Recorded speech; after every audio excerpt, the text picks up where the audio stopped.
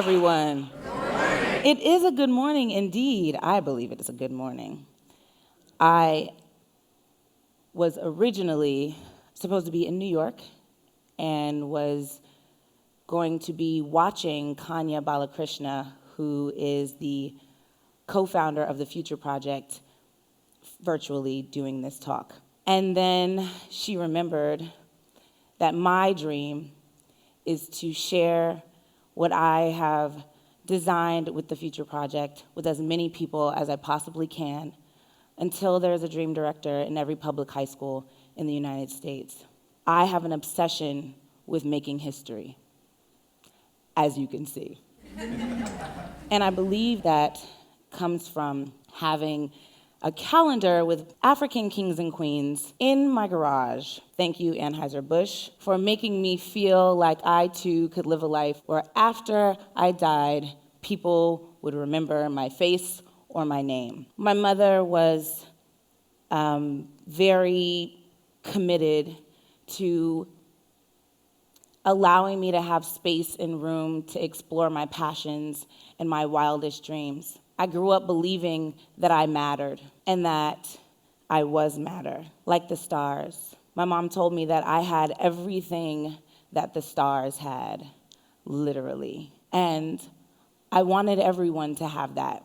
I wanted everyone to know that not only are you matter, but you matter like your words and your actions matter in the world, like you matter to yourself and you matter to your family and you matter to the communities that you're in and you matter in the world, that you could have an impact no matter how young you are. Because when I was 5 years old, my mom bought me a word processor.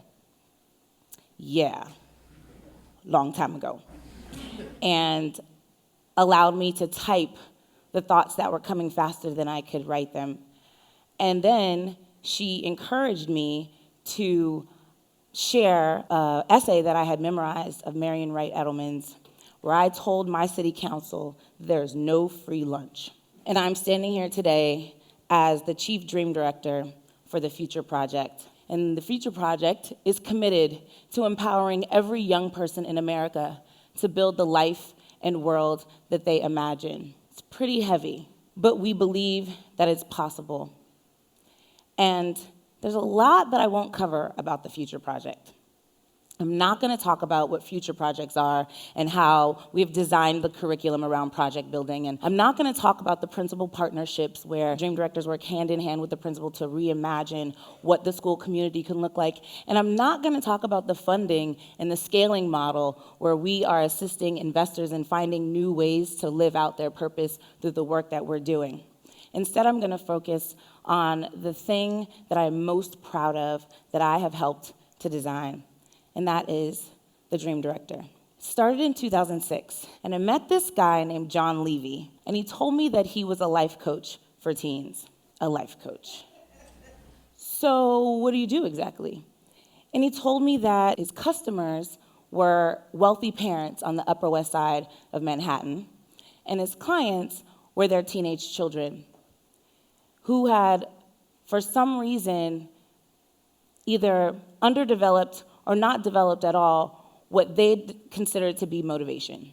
And I told him, well, I work with young people in the hood who also don't have what you might consider a heightened level of motivation, but for two almost or seemingly opposite reasons. One, because they have all the money in the world and can do whatever they want and don't really have to work as hard for what it is that they want to imagine or do or create. And on the other hand, you have young people who, because they don't have access to money, don't have the exposure and are therefore limited in their imaginations.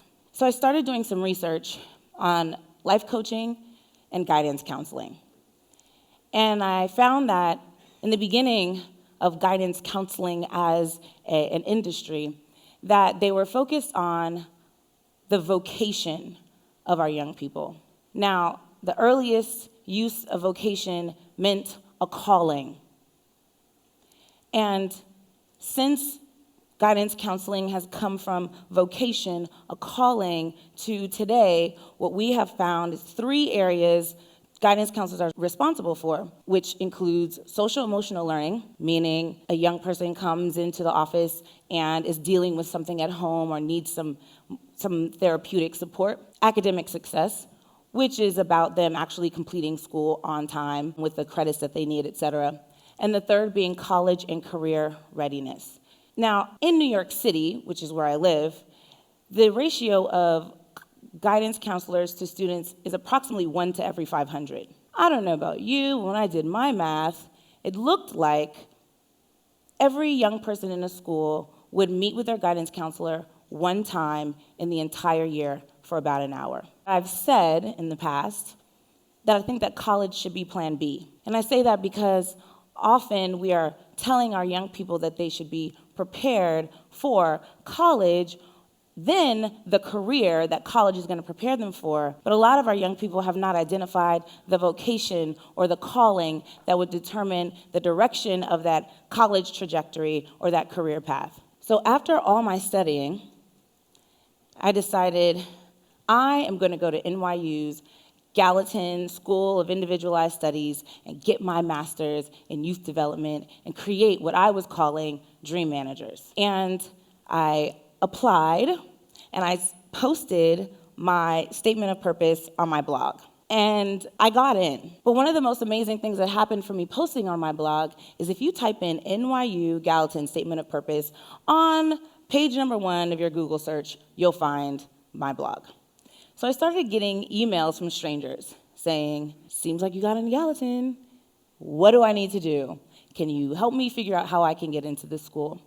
And the thing I noticed about everyone's statements of purpose, for the most part, they weren't declaring a purpose. And so I coached a few folks, and every one of them got into Gallatin. But I didn't go, because when I got the financial aid package, or saw the tuition that I was going to have to pay, I knew I couldn't afford it. So I deferred, thinking somehow, some way, I'm either going to get a fellowship or a scholarship, or someone's going to just say, you can go, forget about all that money that NYU costs. In the meantime, I created a blog called Dream Management, and I decided I needed a manifesto. So Dream Management is forwarding an era of self-direction. We, meaning I, envision a society where children declare their purpose. Schools help students create action plans for their dreams. Business encourages employees to practice their passions. Employees have autonomy over their work, time, technique, and team. Mastery is the carrot. We look for opportunities to make a difference with others. Impossible is defined as not yet achieved. And then I said, my commitment is to have a certified youth life coach in every public school in America by 2020. And I posted that on October 27, 2010. And on my blog, I would have a young person respond to a question that I believed only a young person should respond to.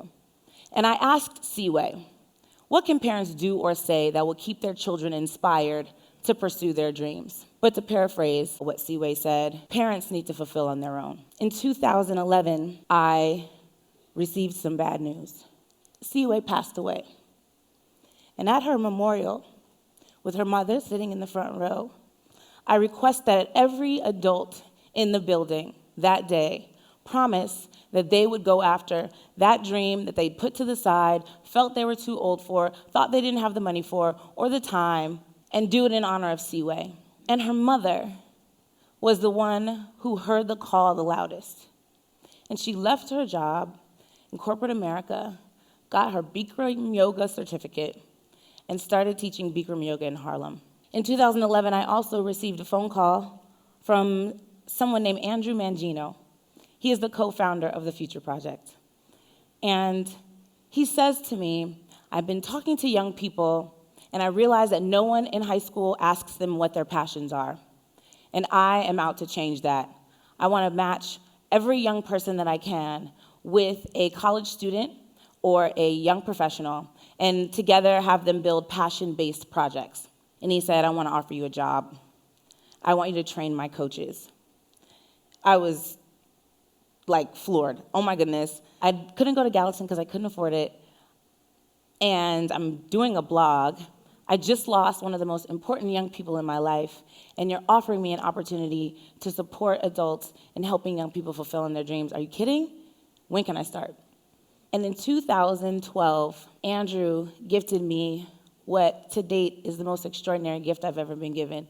And that was the opportunity to fulfill on the dream of having what I once called dream managers, but everyone in the world now knows as dream directors, real. And so I went back to my manifesto. And I said, I know that everything that you've been doing is about young people, but I want you to remember that young people are surrounded by old people.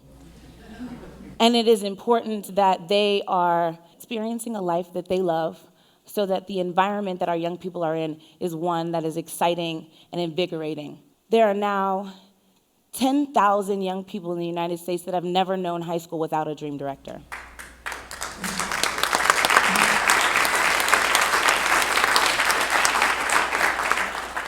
And there are 25,000 that currently have dream directors in their schools.